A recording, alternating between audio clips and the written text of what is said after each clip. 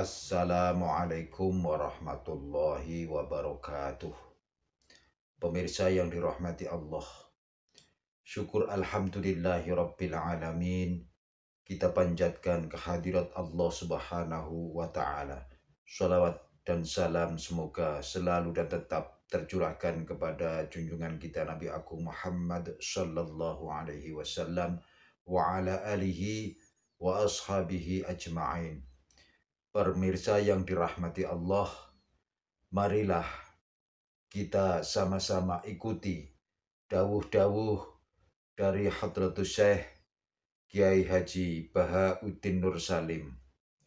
Semoga apa yang disampaikan nanti bisa bermanfaat dan menambah bekal ilmu kita yang bermanfaat dunia akhirat. Amin, amin, ya rabbal alamin. Ya, jadi Quran itu gunanya ya membuat logika yang benar supaya orang itu menghindari kesalahan.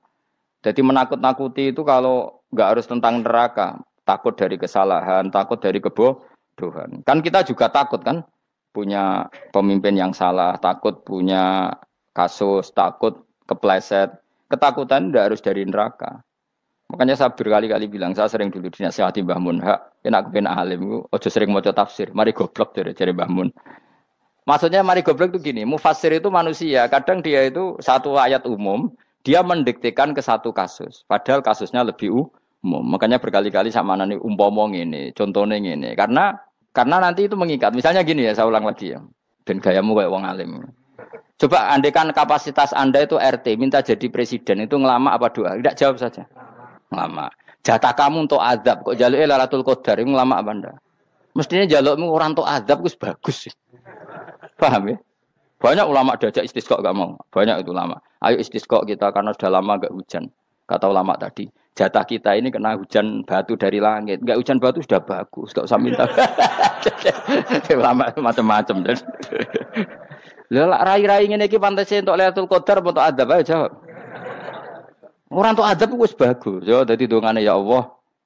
Ampun jenengan siksa la tu akhidna. La tu akhidna maknane njuk Lailatul Qadar apa ora disiksa? Ya makam kita itu masih Rabbana la tu akhidna.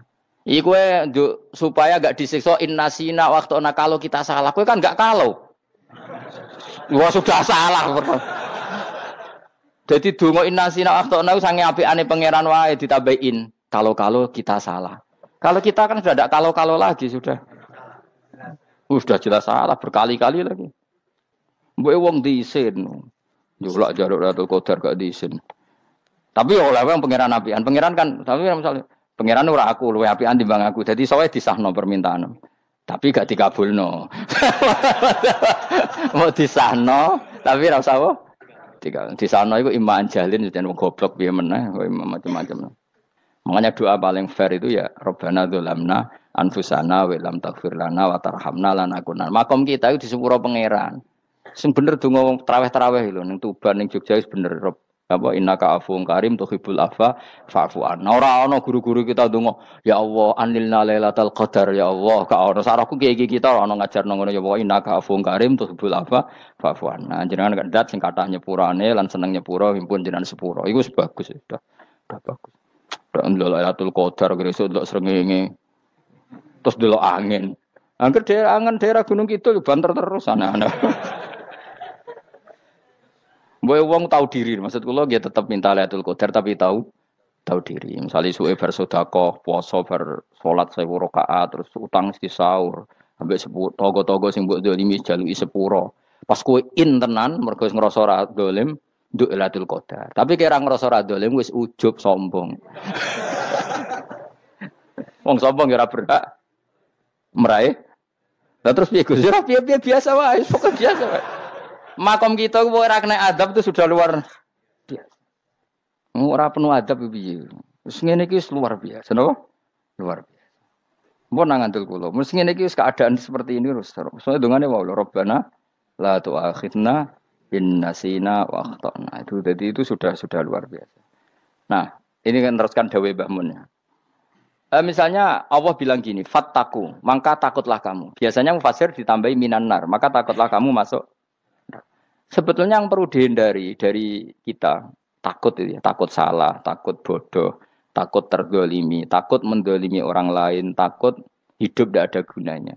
Tapi mufasir tentu milih yang populer. Takutlah kamu dari api neraka. Coba misalnya gini, kita nanti masuk surga. Kemudian zaman di dunia kita tidak pernah berkampanye ya atau berkontribusi untuk agama Allah. Cara saya itu izin. Kata Imam Malik, saya masuk surga. Kemudian orang yang mencintai saya masuk surga itu saya malu. Rasulullah juga gitu. Saya sebagai pemimpin umat, saya malu masuk surga. Dan satu dari umat saya masih masuk neraka. Jadi ulama dulu tuh ketakutannya bukan sekedar masuk neraka, takut malu, takut bodoh, takut keliru, takut. Saya misalnya nanti masuk surga itu malu dengan saya tidak pernah ngajar tafsir Jalalain. Malu saya. Karena katanya Allah, hak kenapa pun buswargo? Terus diberi swargo. Tapi kalau pernah baca tafsir Jalalain kan anak keren nih. Keren artinya saya pernah mengkampanyakan Quran, pernah mengkhidmai Quran, pernah ngitmai kitab engkau ya Allah. Saya pernah ngitmai umatnya Rasulullah yaitu sampean kabeh. Pernah mulang, pernah sowan. Saya tiap bulan sowan jenengan gak sopan tapi. Mulane kira usah bales sowan rono malah ganggu aneh-aneh. Kadang santri yo pidol, wis diulang cek sowan. Orang tuh kiai kalau sudah di rumah tuh milik keluarga biar fair. Bermulang cek assalamualaikum. Terus kiai ini kagok keluargane ku kapan? Mbok mikir bocah ora karo-karuan. Jadi seneng yo di ilmoni, napa seneng yo di ilmoni. Saya ulang lagi ya. Nah, kata yang ditafsir itu sering tidak mengikat. Makanya kata Mbah Mun, baca tafsir itu dikurangi. Maksudnya dikurangi itu bukan apa-apa, maksudnya tadi kalimat yang ditafsir itu tidak mengikat. Yang mengikat itu yang kalimat di Quran. Nah, kalimat Quran itu umum, napa? Misalnya gini, Allah halo gini. Ikdilu, kamu harus berbuat adil. Lalu adil itu misalnya mufassir menafsiri, adil itu menyamakan di antara dua orang konflik. Misalnya di MK 01 dan 02 dianggap sama, itu namanya adil. Itu kan dawe mufassir. Atau misalnya gini, Allah bilang gini ke saya, hak kena jadi kiai sing adil. Terus adil ditafsiri orang, adil itu menyamakan sesama murid, haknya sama. Nah, tapi bisa saja adil itu di luar itu semua. Misalnya gini, ternyata adil menurut Allah gini. Adil maknanya seimbang, apa? Adil itu maknanya apa? Seimbang. Lalu keseimbangan seorang hamba adalah dia ingat Allah lebih banyak. Karena ini bandul yang benar-benar nyata. Allah itu nikmatnya nyata. Sehingga ketika saya sebagai orang alim ingat saya alim itu karena Allah, dikasih ilmu Allah, dikasih cerdas Allah, dikasih semuanya dari Allah. Sehingga saya itu tidak merasa kumuluhur pada kalian karena semua ini dari Allah. Kemudian Allah sendiri yang memerintahkan, kamu harus mengajar. Maka saya ada arep-arep salam templek sampeyan, penghormatan sampeyan, apresiasi sampeyan karena saya hubungannya hanya dengan Allah Subhanahu wa ta'ala. Itu namanya adil, meletakkan sesuatu proporsional. Itu juga adil namanya. Makanya seseorang itu enggak bisa dikatakan abid selagi belum tahu kalau ibadahnya minallah. Jadi misalnya ke ibadah tok. Ternyata kamu yakin itu ibadah kamu, amal kamu itu belum abid. Abid hakikat adalah alhamdulillah alladzi hadana li hada wa ma kunna linahtadiya laula anda tahu. Ketika kita sujud yakin ya Allah alhamdulillah jenengan menakdir saya sujud. Saya salat alhamdulillah engkau menakdir saya salat. Sehingga minallah dulu pikiran itu semua kebesaran kemendahan hari ini minallah dulu. Baru setelah minallah kita yakin billah. Setelah billah juga yakin illallah. Misalnya gini lawah itu. Setelah saya ngajar tafsir Jalalain, kepentingan saya satu. Hamba-hambanya Allah menjadi tambah mencintai Allah. Tidak mencintai saya. Enggak penting sampean mencintai saya. Makanya Imam Syafi'i tiap ngajar bilang begini. Wadittu annal khalqa ta'allamu hadal ilma. Wala yahmadunani. Saya senang kalau kalian belajar fikih sama saya. Tapi kamu tidak usah muji saya. Jadikan fikih ini alat taqarrub kamu kepada Allah. Itu namanya minallah wa ilallah. Itu adil. Tapi adil yang dijelaskan ulama beda-beda tadi. Ada mengatakan adil adalah proporsional antara murid, antara keluarga dan murid. Meskipun kamu senang mulang, jangan merantarkan keluarga. Itu tidak adil. Itu kan versi, no? Maksudnya Mbah Mun, kamu jangan terjebak versi-versi dalam tafsir. Paham ya? Karena Allah hanya ngendikan i'dilu wa aqrabu. Paham ya? Tapi kan penjelasan adil ini orang versi. Paham ya? Ada yang nulis adil adalah meskipun mimpin masyarakat, ya ingat keluarga. Karena sing tukang wayo kan nafsiri adil adalah karena laki tidak cukup istri satu maka ayo kan yo repot nanti. Tapi kalau kadung istrinya 3 atau 4, adil adalah harinya sama meskipun janda dan perawan. Jari sing lanang gak adil adalah proporsional. Rasional. Sing wis suwi dikumpuli dikurangi. Yang baru ya mungkin kabeh enggak kalau nuruti. Mungkin enggak? Ya, tapi itu kan versi, napa? Maka kata Mbah Mun itu memang saya itu merasakan, saya sebagai mufasir merasakan memang saya kan sering baca Jalalain beda dengan tafsir Munir, nanti beda dengan tafsir Qurtubi. Saya beri contoh misalnya. Dan kamu pasti salah jawab ini. Kalau kamu benar berarti ya alim tenan. Wa idza darabtum fil ardi falaysa 'alaikum junahun an taqsuru minas shalah. Orang kalau pergi itu boleh enggak ngosor salat? Enggak, jawab saja. Boleh kan? Ngosor salat itu apa? Misalnya salat asar 4 jadi berapa? 2. Kalau isya jadi 2. Kalau subuh? Enggak, sudah maju lah. Maghrib? Enggak, kan yang bisa dikosor hanya berapa? Yang rubaiyah, yang apa? Berarti kamu yakin antak suruh minas shalah artinya 4 jadi 2, yakin? Enggak, jawab saja. Yakin. Nah itu termasuk orang pinter ya. Berarti ilmu lagi sak trip. Ya? Sebetulnya kata Imam Qurtubi enggak. Ayat itu kan hanya bilang gini, kalau kamu bepergian maka kamu boleh menyendak sholat. Qasru itu memotong. Dari aturan yang dulu 4 menjadi 2. Sebetulnya ada hanya itu tok. Aturan tidak boleh membawa najis menjadi boleh. Aturan harus tumak ninah menjadi tidak harus tumak ninah. Misalnya kamu sholat dalam keadaan perang. Wajib tumak ninah apa boleh sambil lari-lari? Boleh sambil lari-lari. Boleh gak ketika perang kamu sholat sambil menghadap tidak ke kiblat?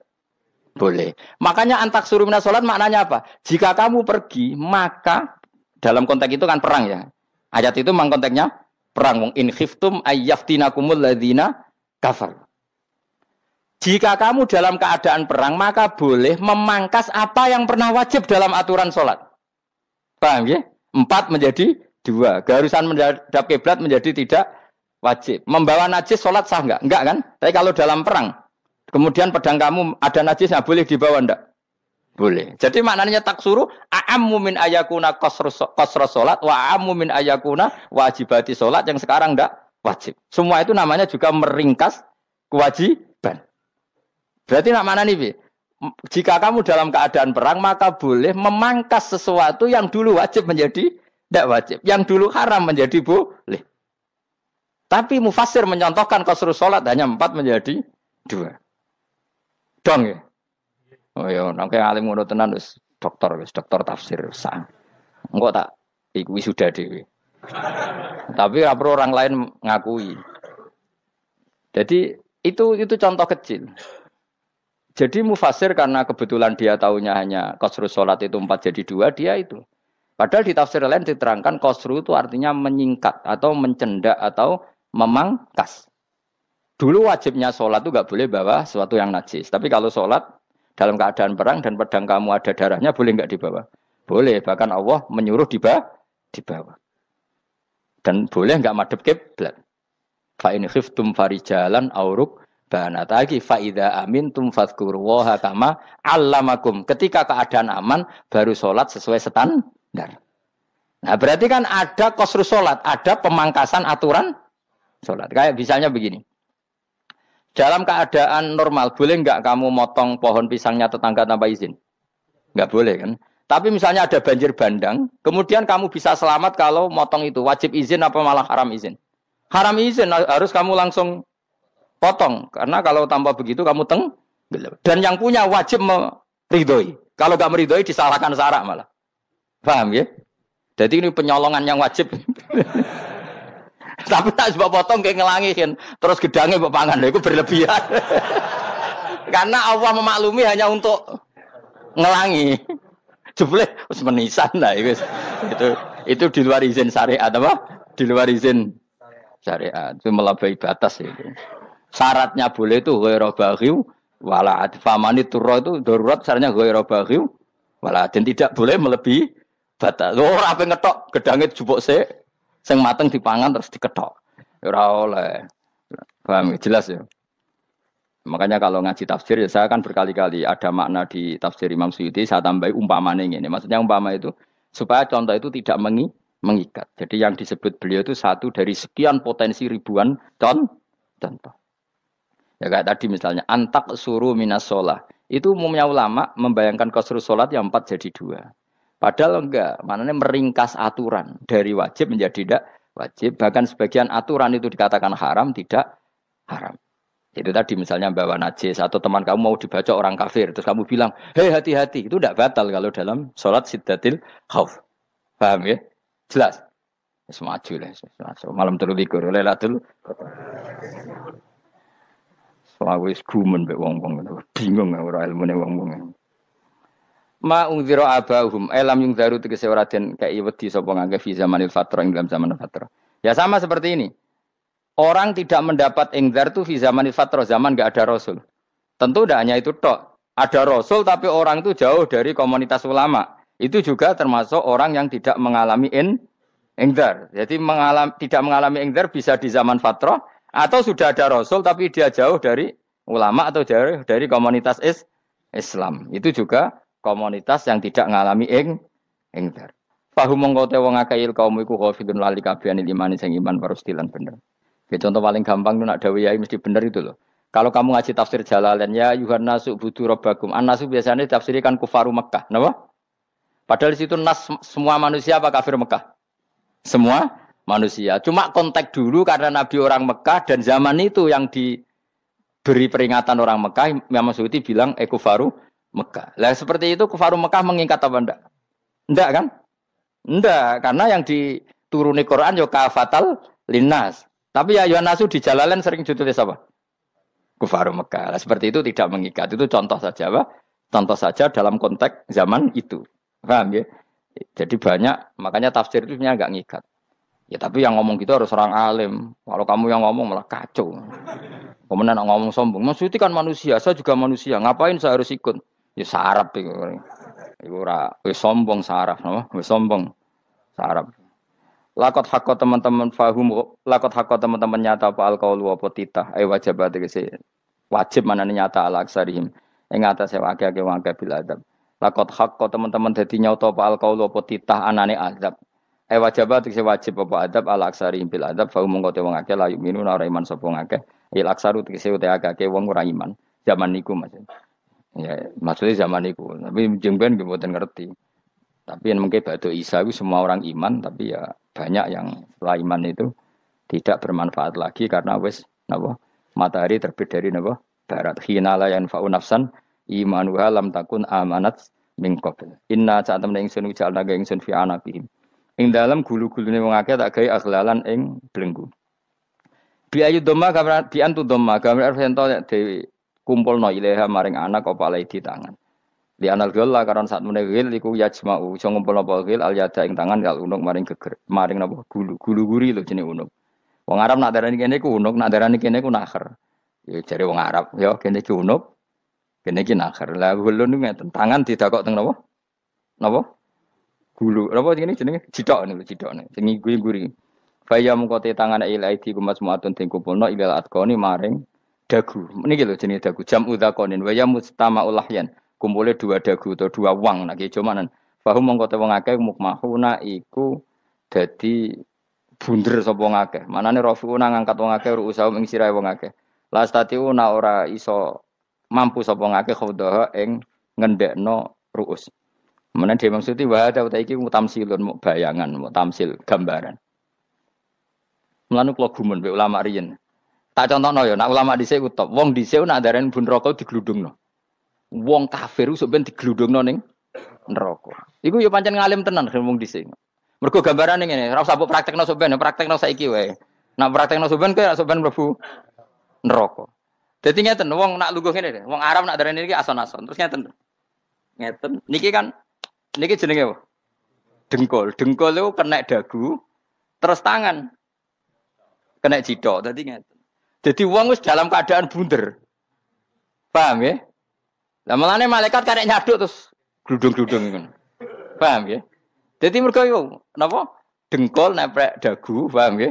Tangan nempel cidok. Terus ditaleni. Paham ya? Terus ya karek gludung dong, malane wong kono nak darane bun neraka iku. Oke bayangno saiki sok ben ra usah, gak usah mlebu maksudnya, paham ya? Mulane ape mlayu ora iso, wis posisi ngono, paham ya? Sebenarnya rasa delok, maksudnya itu praktekno saiki. Orang delok. Lah dawuh Imam Suyuti wal muradu te kang den kersakno iku annahum sak temne wong akeh la anu nek ora tunduk sapa wong akeh lil imani maring iman.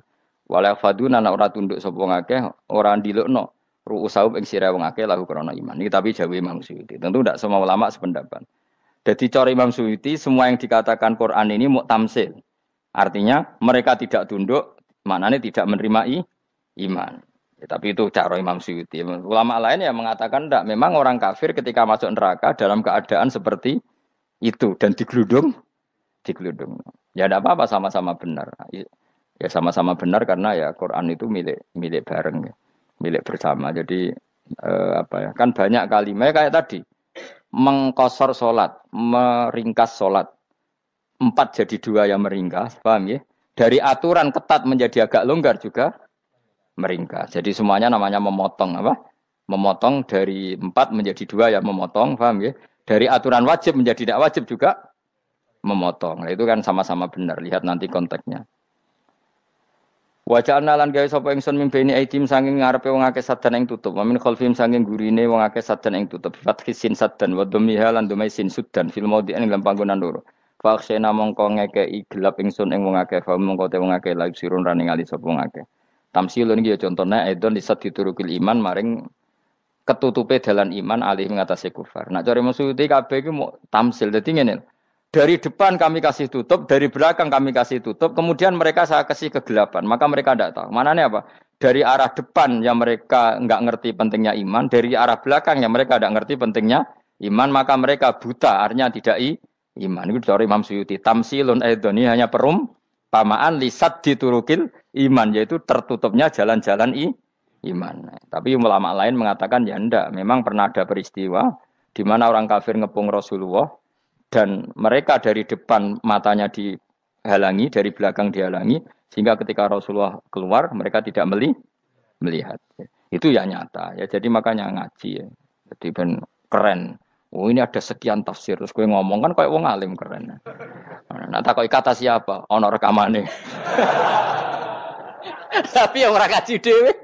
Nah tak kata siapa? Ada rekamannya.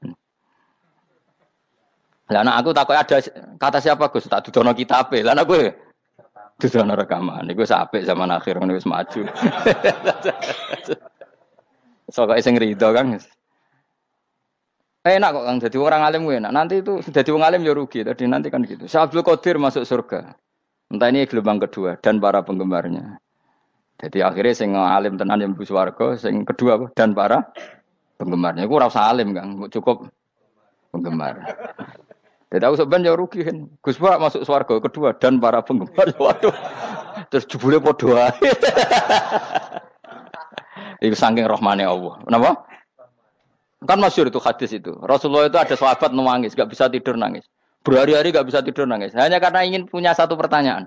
Lama-lama ketemu Nabi, ya Rasulullah saya sudah berhari-hari enggak bisa tidur. Ingin menanyakan ini tapi tidak berani. Coba kamu tanya saja. Ya Rasulullah, saya ini kalau mati, engkau kan suatu saat dipanggil Allah. Saya tidak ketemu engkau. Makanya mumpung sekarang saya tak melihat wajah engkau sekuat-kuatnya, sepuas-puasnya. Kata Nabi, ya. Terus, kenapa? Ya kalau engkau di surga, saya di neraka kan enggak ketemu lagi. Atau kalaupun engkau di surga kan kelasnya beda, kan enggak ketemu lagi. Jadi kemungkinan dua-duanya itu enggak ketemu. Kata. Karena tadi bisa aja, ya, artinya Nabi karuan di surga, saya di neraka enggak ketemu. Atau engkau di surga, saya di surga pun beda kelas, ya enggak ketemu. Terus kata Nabi, tidak begitu aturan mainnya. Almar'u ma'aman ahabba. Orang itu sesuai yang dia orang bersama orang yang dicintai. Jadi ya saya harus ikhlas kalau kamu saingi nanti. Ya, takdir no. Takdir. Wasawana ni padha uga alih ing atase wong akeh angger tau te ngekek peringatan sira gumeng wong akeh bitahqiqil hamzatain angger ta. Wa ibdali saniyati alifan angger ta humata sili ala nasil hamzah wa itu khali alifan wa bon alif binal musahalan daran dan hamzah sing ditasil wa ukhra lan ya wa tarki lan tinggal itu khol. Amnam tungzirhum wong ra wis bakat kafir mbok elingno cek ra mbok elingno tetep la yu'minun ora gelem iman. Lah sing iman iku sapa inama tungziru mestine ngelingno sira. Maksude yan fa'u tegese manfaat iku ing daruka peringatan sira. Peringatan nemu manfaat man ing wong itaba kang anut sapa man adzikra ing Quran tegese Quran. Wa khasyi'alan wedi sapa man ar-Rahman ing awase Rahman bil ghaibi padahal ora roh pangeran. Ya khofa tegese wedi sapa wong ing Allah, toh walam yara ora ningali sapa wong ing Allah. Nah bil ghaibi itu apa? Takut Allah dalam keadaan toh dia tidak melihat Allah lang. Mereka tak tafsiri bil ghaibi barang gaib. Barang gaib ning Indonesia terjemahannya hantu. Melihat alam gaib itu maknanya apa dalam bahasa Indonesia? Hantu. Mulane bil ghaibi rata terjemah apa? Ya namanya ini wa khosyal lan wedi sapa wong ar-rahman ing wasirman bil ghaibi padahal dene ra roh langsung. Ya ora usah diterjemah ya. Terjemah dadi apa? Barang gaib malah repot. Fabasyiruhu mongko ngekeki berita gembira sira ing man bimaghfiratin kelawan pengempuranan wa ajrin dan ganjaran karimin kang terhormat. Orang yang seperti itu yang ngikuti Quran dan takut Allah itu layak mendapat maghfirah wa ajring karim wa ta'ala juru karim wal jannatu swarga. Inna satamna ingsun wa nahnu ya ingsun iku nuhyi uripna ingsun al mauta ing wong sing mati libasi krana pas. Wa naktubulan nulis ingsun fil lauhil mahfuz ma ing apa wae kodamu kang nglakoni sapa ngake fi hayatihim. Di Lauh Mahfuz apa yang pernah kamu lakukan ditulis min khairin kaapian wasari dan kaelean liyujazau supaya diwales sapa ngake alihi ngatasé iki. Wa atharahum lan yo tak tulis bekas-bekas kelakuanem. Matek saya perkara ustunna kang digawe sunah apa bima badam sause wong akeh.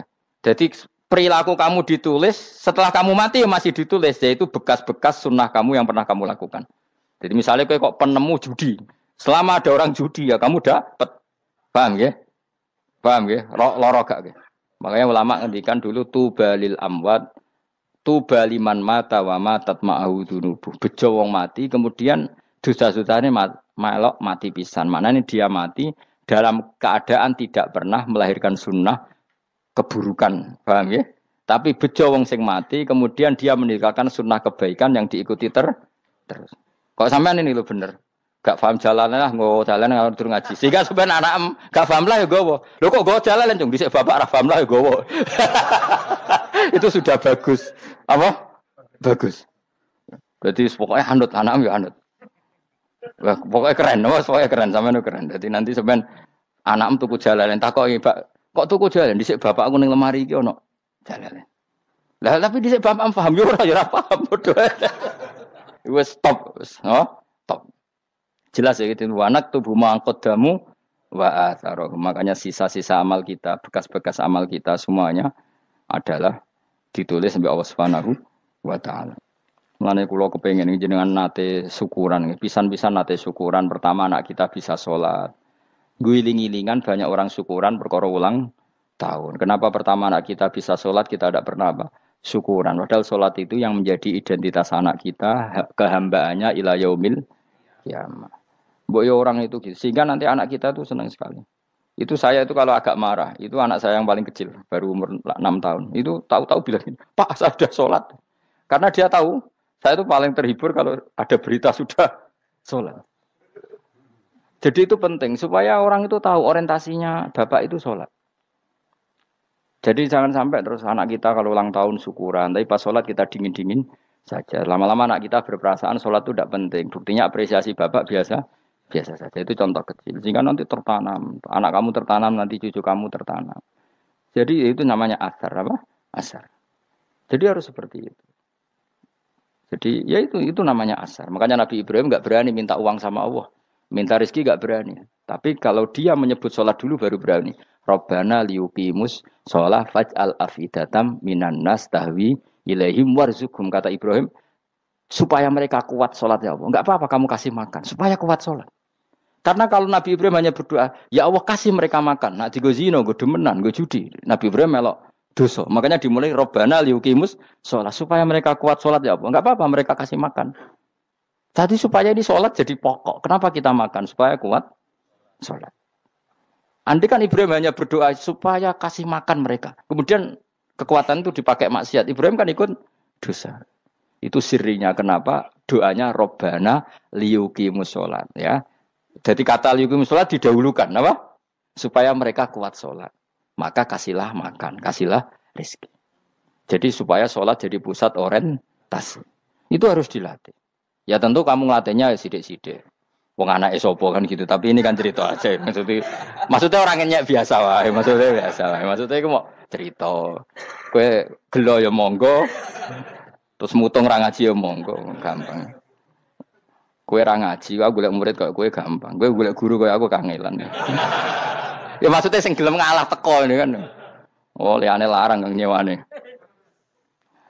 Wa asarohum. lan bekas-bekasnya mereka. Makanya ketika Ahmad bin Hambal itu ahli hadis karena selagi riwayatnya dia dipakai orang tahu Rasulullah itu karena ahli hadis. Bener yang paling hebat tentu qala Rasulullah. Tapi apa artinya qala Rasulullah kalau enggak diriwayatkan dari ulama sampai kita. Tapi apa artinya sampai kita nak gak ono sing ngalahi maca ngene iki. Mburohno maca ngene. Paham nggih? Ayo jajal ke tuku kitab Musnad Ahmad. Nak ra roh gubedi larang ngono tok. Mergo ora ono sing maca ra roh isine, paling kenangane apa? Gudi larang. Tapi baru kayak nasi mojo kemudian bisa. Ini juga asar. Sebenarnya kau oleh niru, aku semati ngorek jalan. Oleh niru. Tapi ojo niru sesate. Kau nang jadi rakaru-karuan. Jadi Imam Suyuti loh. Tafsirku udah ngono. Oh jadi rusak kabeh. Wa atharahum mastun nabihi ba'dahu. Kalau suwun gitu dilatih. Kalau anak-anak sampean mulai bisa sholat, tunjukkan kalau anda senang lewat syukuran atau lewat apa. Ya harus besar-besaran. Tunjukkan kalau kamu mengapresiasi secara senang. Karena itu identitas kita. Apa identitas kita? Wa kula sa'in ing saben-saben perkara. Nasbuhu te nasabe lafat kula sa'in bi fi'lin kan fi'il yufasiru kang nafsiri ing fi'il apa dawuh ahsainahu. Assalamualaikum warahmatullahi wabarakatuh. Waalaikumsalam.